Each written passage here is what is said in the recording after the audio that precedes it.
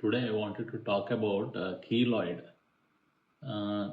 చాలా మందికి like chest దగ్గర, షోల్డర్ పైన, సెకండ్ ఇయర్ హోల్ పియర్సింగ్ చేయించుకున్నప్పుడు ఒక లంప్ లాగా హార్డ్ టిష్యూ ఫామ్ అవ్వడం జరుగుతుంది. అండ్ ఈవెన్ పోస్ట్ బర్న్ స్కార్స్లో కూడా ఇది యూజువల్లీ మిస్డయాగ్నోస్ అవుతుంటుంది. ఇది హీలింగ్ ఇష్యూ అని చెప్పి ఇంకేదో అని.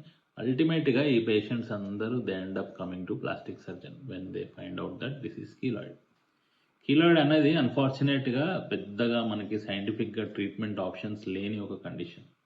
ఫస్ట్ ఆఫ్ ఆల్ కీలాయిడ్ అంటే ఏంటి అని అర్థం చేసుకోవడం ట్రై చేద్దాం. కీలాయిడ్ అంటే ఇది ఏదో డిఫరెంట్ టిష్యూ కాదు, ఇంకేదో కాదు. ఎక్సెసివ్ హీలింగ్ జరగడం వల్ల ఎక్సెసివ్గా ఏవైతే బిల్డింగ్ బ్లాక్స్ ఉంటాయో tissue material when the scar is healing అక్కడ తీసుకొచ్చి డంప్ అవడం వల్ల ఫామ్ అయ్యే tissue is keloid. This will be hard.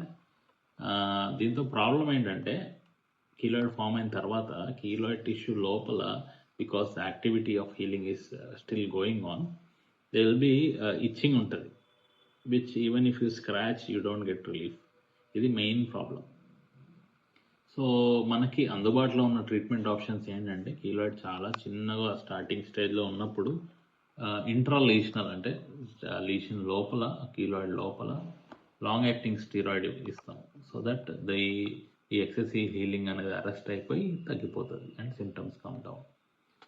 చాలా పెద్దగా అయిపోయింది, హార్డ్ లంప్ లాగా ఫామ్ అయింది అనుకున్నప్పుడు we do excision of the keloid. దీనికి కొన్ని ప్రిన్సిపల్స్ ఉంటాయి. రెగ్యులర్గా సింపుల్గా దాన్ని కట్ చేసి తీసేస్తే దానికంటే డబుల్ సైజ్లో ర్యాపిడ్గా గ్రో అవుతుంది.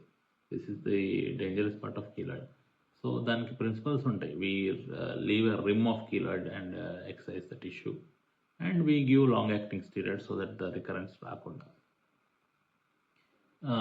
ఇంకా పెద్దగా ఉన్నాయి, చెస్ట్ ఏరియాలో ఉన్నాయి అనుకున్నప్పుడు we have to remove this and we have to give supply a normal skin there without tension. ఇవి కీలాయిడ్స్ అనేటివి ఎక్కువ స్ట్రెచ్ ఉన్న దగ్గర అండ్ రిపీటెడ్గా వూండ్ ఇన్ఫెక్ట్ అయినప్పుడు ఫామ్ అవుతాయి. సో అండర్స్టాండింగ్ కీలాయిడ్ అనేది చాలా ఇంపార్టెంట్.